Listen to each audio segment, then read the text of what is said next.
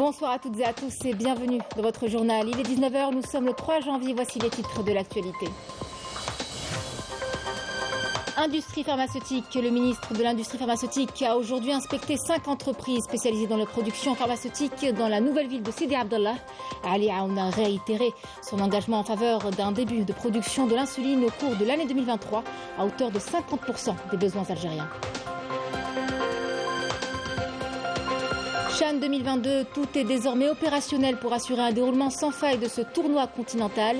Illustration ce soir à Annaba où les infrastructures sportives et hôtelières sont prêtes à accueillir les rencontres dont les billets sont déjà en vente sur la plateforme Tartelati.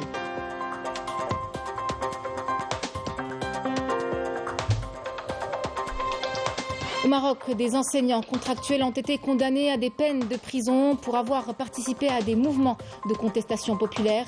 Accusés de plusieurs chefs d'inculpation, ces enseignants ont réclamé une réforme de leur statut professionnel.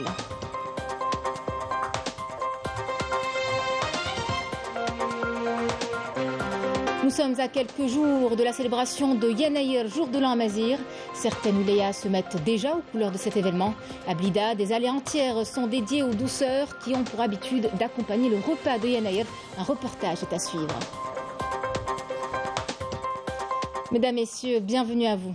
Le ministre de l'Industrie pharmaceutique a aujourd'hui inspecté 5 entreprises spécialisées dans la production pharmaceutique dans la nouvelle ville de Sidi Abdallah. Ali Aoun a réitéré son engagement en faveur d'un début de production de l'insuline au cours de l'année 2023 à hauteur de 50% des besoins algériens, annonçant que l'une des usines est déjà prête, les lots de validation terminés et que la production commencera dans une dizaine de jours. Nakhla Al-Arabi. L'unité de production de stylos à insuline dont l'entrée en production est imminente est la première à assurer une production locale de l'insuline injectable à usage unique pour diabétiques avec une capacité de production dépassant les 60 millions d'unités. Le ministre de l'Industrie pharmaceutique, Ali Aoun, a inspecté aujourd'hui 5 entreprises spécialisées dans la production pharmaceutique dans la nouvelle ville de Sidi Abdallah en compagnie du Wali d'Alger. Il a à cette occasion rappelé ses engagements concernant la production de l'insuline en Algérie et a à ce propos exhorté les entreprises pharmaceutiques à prendre en charge l'aspect production le plus tôt possible. L'usine que vous venez de visiter avec nous à Oued-Semar sera opérationnelle le 10 janvier. Je me suis engagé personnellement à ce qu'on produise de l'insuline en 2023. Une des usines est déjà prête. Je suis décidé que durant l'année en cours, au moins 50% des besoins du pays en insuline soient produits localement. depuis 2018 donc أدوية خاصة البسيكاتري البنومولوجي urologie et voilà نصنعوا des produits مع les multinationales.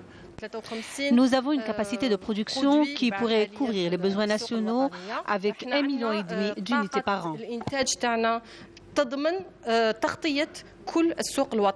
Lors d'une conférence de presse tenue en marge de la visite, le ministre de l'Industrie pharmaceutique a assuré qu'il privilégiait le dialogue et que son département était disposé à aider les producteurs à aller rapidement vers la production. Ali Aoun s'est par ailleurs enquis de l'état d'avancement des travaux du Centre de recherche et de développement de Saïdal. Cette visite s'inscrit dans le cadre des efforts visant à renforcer la production locale de médicaments afin de couvrir le marché national. L'absence quasi totale de cas de Covid-19 en Algérie a laissé place à la grippe saisonnière dont le nombre de cas est en constante augmentation. Après 2 années de discrétion, elle fait de nouveau parler d'elle. Le virus profitant de l'abandon du port du masque continue à progresser. Les médecins, eux, recommandent la vaccination. Majda Diahmoun. C'est le retour du froid et la grippe saisonnière qui n'épargne personne. Fatigue intense, maux de tête, fièvre et toux soudaine. Tous ces symptômes se sont manifestés depuis plus de 3 jours chez Morad. Difficile de distinguer entre Covid-19 et grippe saisonnière. Il se dirige vers le médecin pour en avoir le cœur net et comprendre de quoi il s'agit. La grippe, c'est une maladie qui touche les voies respiratoires hautes et basses. Elle est causée par un virus, c'est le virus de la grippe. 80% des formes, c'est des formes qui sont simples. Il y a des fois des complications. Il n'y a pas une grande différence entre la Covid-19 et la grippe saisonnière. Donc c'est pratiquement la même chose. Le seul moyen pour faire la différence, c'est de tester, c'est de faire le test antigénique pour faire la part des choses. Les tests ils sont disponibles chez nous, ils sont gratuit. La vaccination qui demeure l'un des meilleurs moyens de prévention contre la grippe saisonnière selon les médecins, surtout pour les personnes âgées. Mon mari, qui est cardiaque, il est âgé de 70 ans et chaque année, il se fait vacciner de la grippe saisonnière. Cette année, bien sûr, il s'est vacciné, mais quand même, il était très très vulnérable et était très très malade. Il a eu une très très grosse bronchite qui l'a conduit à une légère décompensation cardiaque. Mais, alhamdoulilah, après 15 jours de traitement, il s'en est sorti. Le virus de la grippe, il provoque un pourcentage très important, notamment de formes compliquées de grippe, notamment chez les personnes âgées et chez les personnes atteintes de maladies chroniques, puisque ça provoque des équilibres dans la maladie déjà existante, et donc ça provoque des complications qui peuvent être mortelles. Le seul moyen de se protéger contre la grippe, c'est la vaccination. La vaccination concerne toute personne âgée de plus de 65 ans, atteinte de maladies chroniques, notamment respiratoires, cardiopathes, les asthmatiques. On invite la population à se faire vacciner. En Algérie, on commence la vaccination généralement à la période vers la mi-octobre, vers le 15 octobre. Les vaccins sont disponibles. C'est un vaccin qui est sûr, qu'il n'y a pas d'effet secondaire majeur à signaler. Les médecins recommandent de se vacciner 2 à 3 semaines avant la période hivernale pour laisser le temps aux anticorps protecteurs de se former, d'autant plus qu'ils déconseillent de se faire vacciner en ayant la grippe. Les campagnes de sensibilisation jouent un rôle important dans la prévention contre la grippe saisonnière, une maladie prise à la légère dans la majorité des cas, mais qui peut être mortelle en cas de négligence. Et on vous parle à présent de la Caisse des garanties des marchés publics. Il s'agit d'un mécanisme mis en place par l'État pour accompagner financièrement les entreprises publiques et privées qui sont chargées de la réalisation de projets d'investissement public. C'est une entreprise publique à caractère industriel et commercial. Wassila Bouchareb et Malika Belal. La Caisse des garanties des marchés publics, un établissement à caractère industriel et commercial mis en place afin de faciliter la réalisation de projets d'investissement public et d'accompagner le client avant et après la réalisation du projet. La mission principale de cet établissement consiste à accompagner financièrement les entreprises publiques et privées chargées de la réalisation de projets d'investissement public. La Caisse propose donc des produits financiers variés sous forme de crédit par signature ou d'avance de trésorerie et une multitude de garanties. Quand une entreprise participe à un appel d'offres, la Caisse des garanties des marchés publics intervient via une caution d'engagement qui est indispensable et obligatoire dans ce genre d'opération. La Caisse des garanties des marchés publics a mis à la disposition des opérateurs économiques un portail électronique pour plus d'efficacité. La nouveauté en ce qui concerne la Caisse des garanties des marchés publics est l'ouverture d'un portail web. L'entrepreneur ou l'opérateur économique peut enregistrer toutes ses transactions qui seront étudiées et traitées sur le portail web. La numérisation du traitement des dossiers et des documents permettra un gain de temps et d'efforts considérable. 5 personnes ont trouvé la mort et 198 autres ont été blessées dans 170 accidents de la circulation survenus à travers différentes régions du pays durant les dernières 24 heures. C'est un bilan de la protection civile. Vous avez sans doute déjà entendu parler de la route de la mort située au niveau du tronçon Lardaria-Bouira. L'axe Djebahia est réputé en raison du nombre important d'accidents, souvent mortels, qui s'y sont produits. Les mesures et restrictions prises, entre autres, la déviation de la circulation des poids lourds, très souvent impliqués dans ces tragédies, ont considérablement réduit le nombre d'accidents et ainsi évité que ce tronçon n'engloutisse des vies humaines. Un reportage signé Hasna Zouberi. Le tronçon de Djebahia est l'un des points noirs de la wilaya de Bouira. Il est surnommé depuis quelques années la route de la mort. Les accidents sont très fréquents à ce niveau, principalement au lieu-dit Belhanj. Il s'agit d'une pente dangereuse. Depuis 4 mois, les autorités locales de la wilaya de Bouira ont décidé de dévier les véhicules poids lourds de l'autoroute Est-Ouest vers la route nationale numéro 5, vers la descente de Djebahia. Depuis la décision de dévier les poids lourds vers la route nationale 5, nos services ont enregistré un mort et 10 blessés. soit une baisse de 58% du nombre d'accidents de la route constatés l'année dernière à la même période. À ce titre, nous appelons les automobilistes à faire preuve de prudence et à respecter le code de la route. Cette déviation laisse ainsi le temps au service de l'Algérienne des autoroutes ADA d'exécuter les travaux de réaménagement de la chaussée dangereusement dégradée. L'Algérienne des autoroutes a eu à recourir à des travaux supplémentaires sur, le trésor public, financé par le trésor public malheureusement, pour reprendre toutes ces déformations, orniérage techniquement parlant, au niveau du Bahia causées par des poids lourds qui ne respectent pas les règles fixées par la loi, notamment en termes de marchandises et de poids, et pour lesquels on a enregistré malheureusement plusieurs accidents au niveau du tronçon de Bouira d'El Djebahia. Et l'on s'achemine bientôt vers une réouverture de ce tronçon, bien sûr en s'assurant de mettre en place plus de mesures restrictives et coercitives. Le nombre d'accidents survenus en ce lieu implique aussi et surtout les camions et les semi-remorques.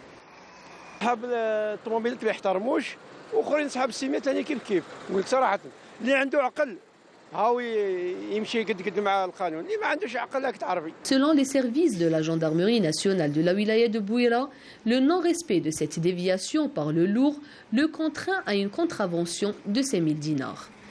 Il est important de souligner que la détérioration rapide de la chaussée dans cette partie de l'autoroute est due essentiellement à l'excès des camions de gros tonnage. Allons à présent à la découverte d'un chantier de réparation et de construction navale situé dans le port de Zemouri à Boumerdes. Il s'agit d'un chantier qui a livré plusieurs dizaines de bateaux de pêche de toutes sortes et de toutes tailles, y compris 3 dont la longueur dépasse les 35 mètres. Des bateaux destinés à la pêche en haute mer. Reportage Walid Yousfi.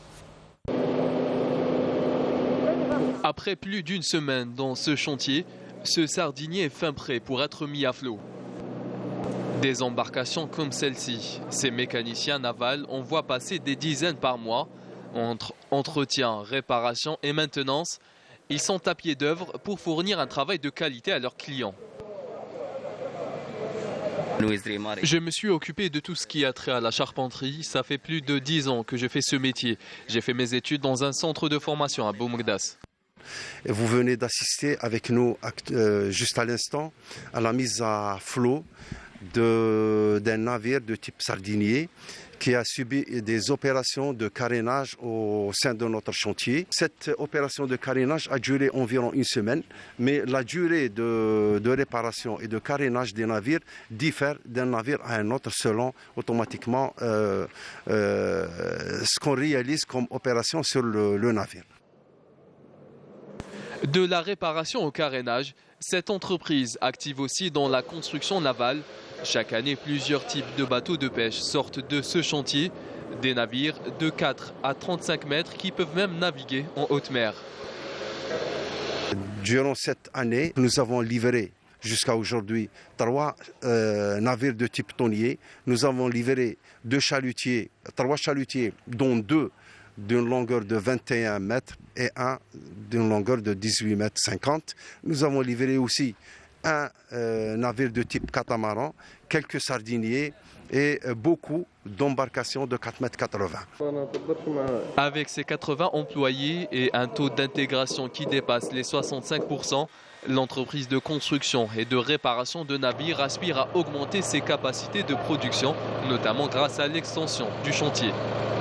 Nous espérons élargir notre gamme de produits, bien sûr, et aller vers, toujours dans le domaine de la pêche en haute mer, aller vers des navires beaucoup plus grands que ceux déjà réalisés. Pour satisfaire les besoins des industriels en matière de développement de cette filière, la filière de la construction et réparation navale. Donc il y a l'affectation des terrains au niveau des 3 ports de la wilaya, à l'intérieur du port, donc le port de Zemouri el-Bahri, le port de Djinnat et le port de Dilis.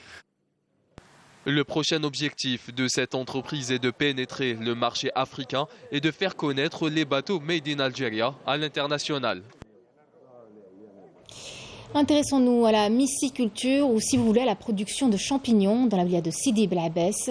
Nous sommes allés à la rencontre d'Abdelhamid Bendida, un investisseur qui s'est lancé dans ce secteur d'activité après avoir cumulé une grande expérience à l'étranger. Aujourd'hui, il compte alimenter le marché national et ambitionne de placer son produit à l'international. Bedi Amani. La première exploitation mysticole ou de production de champignons au niveau national est lancée dans la wilaya de Sidi Bel Abbès. C'est l'œuvre de Abdelhamid Bendida, investisseur qui a choisi de rentrer au pays après des années d'expérience acquises à l'étranger. Le champignon que nous produisons est à 100% algérien. Au départ, nous avons rencontré des difficultés au niveau technique et financier. Nous les avons dépassées. Nous maîtrisons la technique. L'État nous a accompagnés et nous avons obtenu un crédit agricole sans intérêt. Je reviens sur les difficultés que nous avons rencontrées, dues principalement au coronavirus. La paille utilisée comme matière première était chère. Nous avons cessé de travailler pendant 7 à 8 mois. L'année dernière, nous nous sommes approvisionnés en paille. Nous avons constitué le stock. La production sera à la hauteur de nos attentes.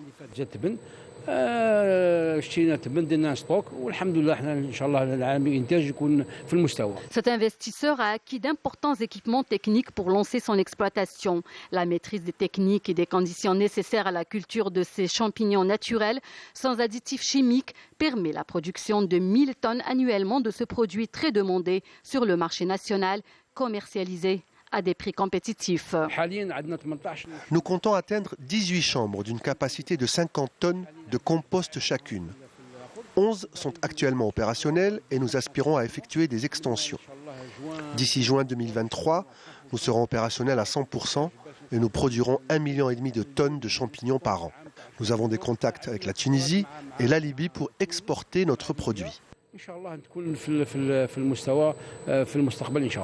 Je suis titulaire d'un diplôme en informatique. Je suis restée à la maison une année. J'ai entendu parler de cette entreprise de production de champignons à Sidi Bel Abbès. J'ai postulé et j'y travaille depuis 3 ans.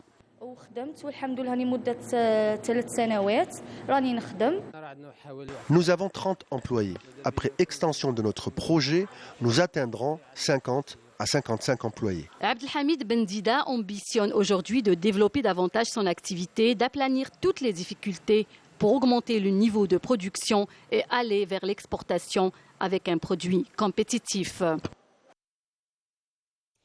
On vous parle de sport et de ce championnat d'Afrique des Nations qui arrive à grands pas. La délégation de l'équipe ghanéenne de football a rallié Alger ce matin pour participer au championnat prévu en Algérie du 13 janvier au 4 février. L'équipe du Ghana, qui signe son retour au CHAN après 8 ans d'absence, a été accueillie à son arrivée à l'aéroport international Houari Boumediene d'Alger par des membres du bureau fédéral. Les Black Galaxies disputeront un match amical face à la sélection algérienne le samedi 7 janvier au nouveau stade de Baraki à 17h. Pour rappel, le Ghana est la deuxième équipe à rejoindre l'Algérie après le Mozambique. Les 15 autres sélections africaines participantes au tournoi sont attendues en Algérie les 9, 10 et 11 janvier selon le comité d'organisation locale. Je vous propose d'écouter ces déclarations. On a été très bien accueillis par la Fédération algérienne de football. Les organisateurs nous ont bien pris en charge depuis notre arrivée à l'aéroport. L'Algérie est un pays de football et je suis sûr qu'elle sera à la hauteur pour ce qui est de l'organisation de ce CHAN. Les Algériens sont des mordus de foot et on est là pour apprécier avec eux ce tournoi.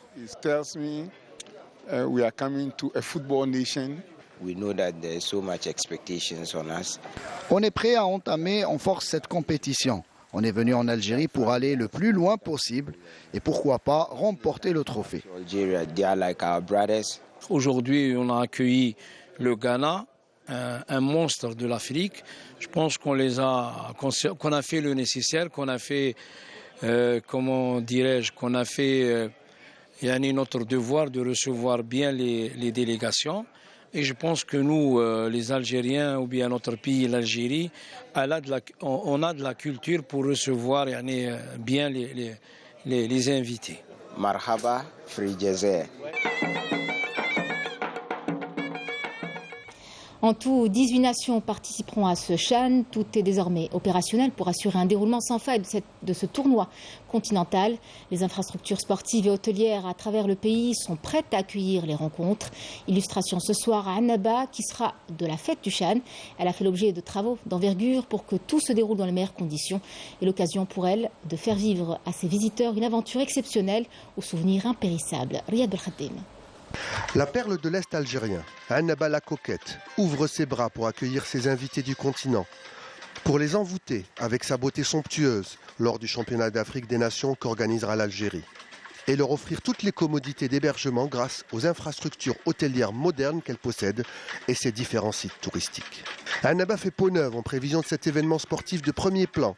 Après avoir accueilli des matchs de la Coupe d'Afrique des Nations 1990, voilà que le stade du 19 mai 56 est de nouveau prêt pour les recevoir et accueillir les matchs du groupe B du CHAN 2022. Un stade qui a été rénové en un temps record, une rénovation qui a concerné plusieurs installations, notamment une pelouse de dernière génération, ainsi que des gradins et une tribune officielle flambant neuf. Il est certain que celui qui visitera Annaba durant ce CHAN ne l'oubliera jamais, et qu'il restera éternellement gravé dans sa mémoire, comme chacun s'attend à ce que cette édition du CHAN 2022 soit la plus belle jamais organisée.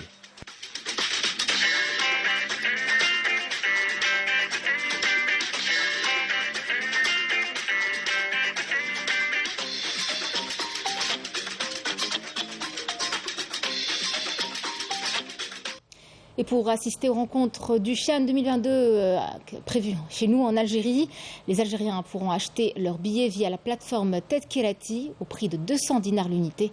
Les étapes à suivre sont très simples. Explication avec Sidi Ahmed Bouraïb. Dans quelques jours, l'Algérie sera le théâtre de l'un des plus grands événements sportifs du continent. 4 stades aux normes internationales sont fin prêts pour accueillir les 22 acteurs et les milliers de spectateurs. Le public algérien est attendu en force. Et pour se procurer le fameux sésame qui permet d'y accéder, l'étape est très simple. L'achat du billet se fait par voie électronique en accédant à la plateforme Tadkirati CHAN 2022. L'intéressé remplit un formulaire pour créer un compte. Une fois cette étape passée, la personne peut choisir à quel match elle veut assister. Un nouveau formulaire doit être rempli. Cette fois-ci, le spectateur ajoute la zone et la tribune. Cette étape permet d'avoir un reçu que le concerné utilisera pour retirer son ticket. L'acheteur choisit aussi le lieu où il récupérera son billet. Enfin, il procède au paiement par carte interbancaire et retire son reçu. Une opération simple et un prix abordable pour permettre au plus grand nombre possible de vivre un événement qui s'annonce grandiose.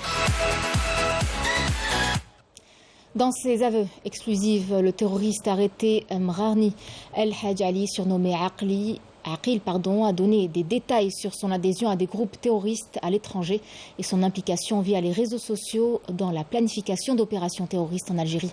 Écoutons un extrait de ses aveux. كنت في حركة أحرار الشام الإسلامية في كتيبة نصرة المظلوم. كان الأمير تاعها أبو سفيان الجبلاوي نسبة للمنطقة تاعو جبلة مدينة جبلة في سوريا. رحنا كنا في معسكر في قرية اسمها الكبير.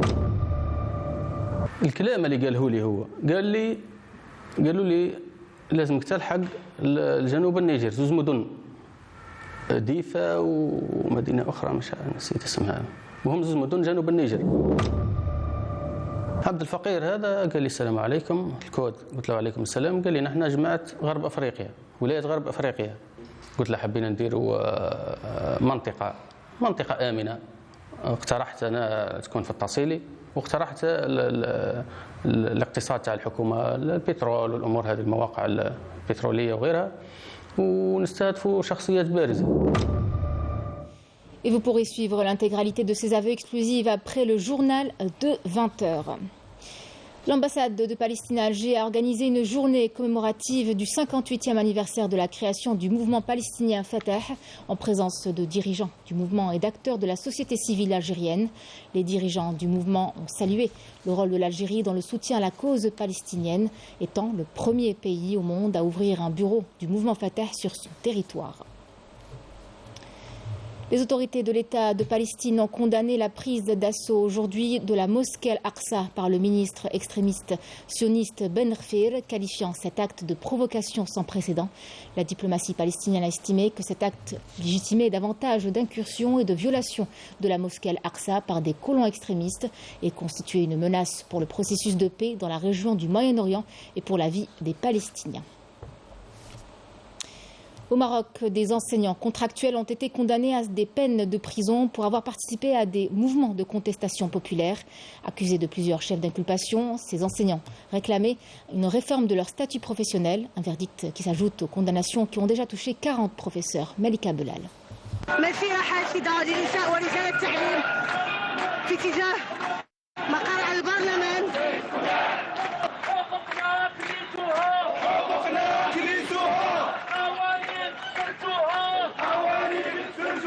En proie à une crise multidimensionnelle sans précédent, le Maroc fait face à une vague de protestations inédites qui touche tous les secteurs, notamment celui de l'enseignement.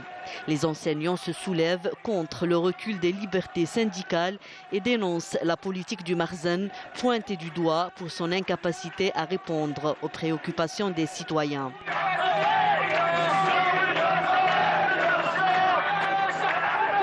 احنا اليوم هنا امام الوزاره كنعبروا على الظلم وعلى الحيف اللي لاحق بنا. احنا اساتذه الاخر فينا دار اكثر من 25 عام 30 عام ديال التعليم ومع ذلك مقصيين من خارج السلم. حنا دايرين حابسيننا سياسه التفرقه فرق تسود. هادشي اللي كاين من إفران تاونات من جميع أنحاء المغرب جايين كنعبروا على حقنا.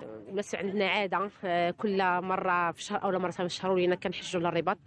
لحد الآن ما كاينش حل، لحد الآن ما كاينش حتى يعني بصيص من الأمل.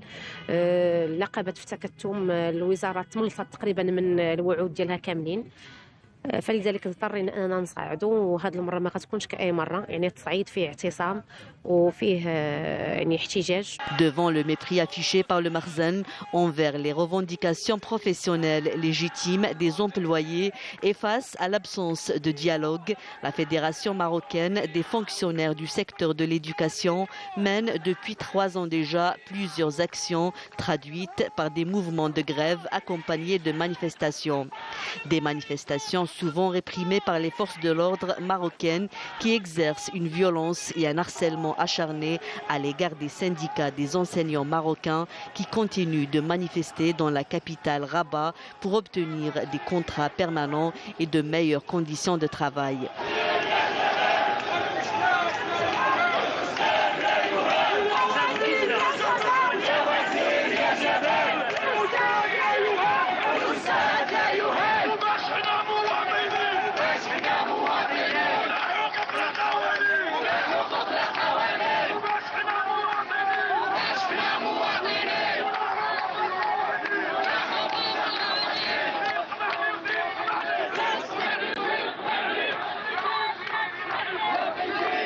Le bras de fer continue donc entre le Marzen et les enseignants contractuels, lesquels ne sont pas prêts à renoncer à leurs droits les plus élémentaires.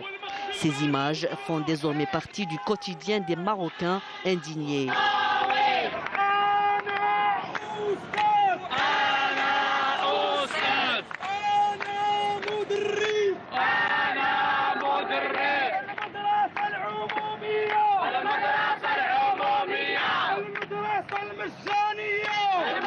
وبدات السياق كتجي ترجمه وادانه لكل المحاكمات والادانات اللي تعرضوها اساتذه شرفاء ما اهمهم الوحيد هو الدفاع عن حقوقهم المشروعه التي تتمثل في اسقاط مخطط التعاقد والدفاع عن المدرسه العموميه والادماج في اسلاك الوظيفه العموميه. Les enseignants contractuels sont montés au créneau après l'arrestation de 15 de leurs confrères qui ont été condamnés à des peines de prison pour leur participation à des manifestations nationales et pour avoir réclamé une réforme de leur statut professionnel et dénoncé l'attitude des autorités marocaines qui continuent de faire fi de leurs revendications. Un verdict qui vient s'ajouter aux condamnations qui ont déjà touché une quarantaine de professeurs.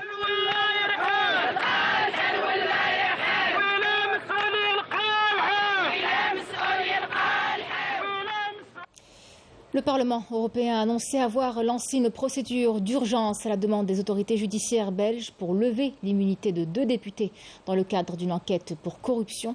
La présidente de cette institution européenne, Roberta Metsola, communiquera formellement cette demande aux eurodéputés lors de leur prochaine session plénière le 16 janvier à Strasbourg. La commission parlementaire des affaires juridiques devra ensuite l'examiner à huis clos et prononcer une proposition de décision qui fera in fine l'objet d'un vote de tous les eurodéputés en plénière. Selon des sources judiciaires, le Maroc se serait tourné vers un groupe parlementaire pour cultiver ses multiples intérêts. Nous sommes ici en Algérie à quelques jours de la célébration de Yenayer, jour de l'an Mazir. Certaines wilayas se mettent déjà aux couleurs de cet événement. À Blida, par exemple, des allées entières sont dédiées aux douceurs qui ont pour habitude d'accompagner le repas de Yenayer. Le marché de Yenayer est d'ores et déjà installé et les premiers acheteurs commencent à affluer. Reportage Naïm Al-Walish. À la place l'Arabe de Blida, le décor est d'ores et déjà planté pour le marché de Yenayer, nouvel an berbère célébré le 12 janvier de chaque année. Des travées entières sont dédiées aux gourmandises dont certaines, comme le kefta et le doum, cœur du palmier, sont proposées ici à Blida comme les stars de la table du nouvel an berbère. Ce cœur de palmier est essentiel dans les ingrédients du nouvel an. Avant, on faisait des plats traditionnels tels que les crêpes, la tomina et le cœur de palmier, qui est un chou tendre et très ferme et très apprécié. Ça, c'est la kafta de Yenayer. On la fabrique spécialement pour le nouvel an berbère. Il est fait à base de raisins secs, d'amandes, de noix et parfois de cacahuètes. Ça coûte 1200 dinars le kilo. Il est très demandé en cette période. En plus, qu'il donne énormément d'énergie et ça se vend très bien en cette période.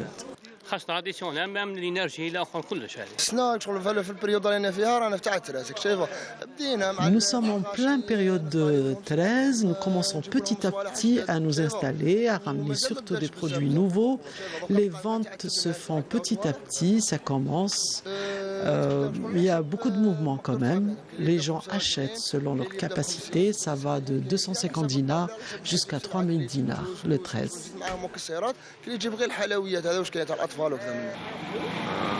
Quoique nous soyons à une semaine de Yenayer, les premiers visiteurs commencent à arpenter les sentiers du marché enguirlandé pour les toutes premières emplettes en toutes sortes de gâteries devant accompagner le somptueux dîner du Nouvel An berbère.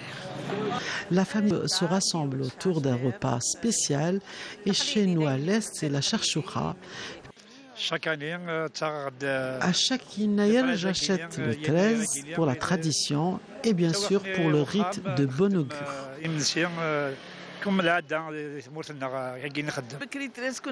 Avant, notre 13 était complètement bio et composé essentiellement de pignons, de glands, de mandarines, de figues sèches. Et maintenant, on est obligé d'acheter le 13 sucré pour honorer la nouvelle année et surtout pour les gosses. Yenayer, qu'on célèbre depuis des millénaires, exige un rituel d'une table riche et copieuse, beau présage pour que la nouvelle année soit aussi opulente que féconde. C'était le journal de la rédaction. Merci à vous de l'avoir suivi. Excellente soirée à tous sur Canal Algérie et je vous retrouve demain pour l'édition de la mi-journée.